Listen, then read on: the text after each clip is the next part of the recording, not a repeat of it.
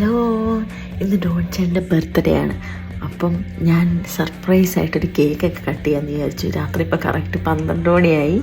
ഡോൺചേട്ടൻ നല്ല ഉറക്കമാണ്. ഞാനൊരു കേക്കൊക്കെ വാങ്ങിപ്പിച്ചു. അപ്പം ഞാൻ എന്ത് ചെയ്തേണ്ട കേക്ക് അത് കത്തിച്ചുകൊണ്ടിരിക്കുകയാണ് കേട്ടോ. നമുക്ക് കേക്ക് കട്ട് ചെയ്യാൻ വേണ്ടി പോകാവേ.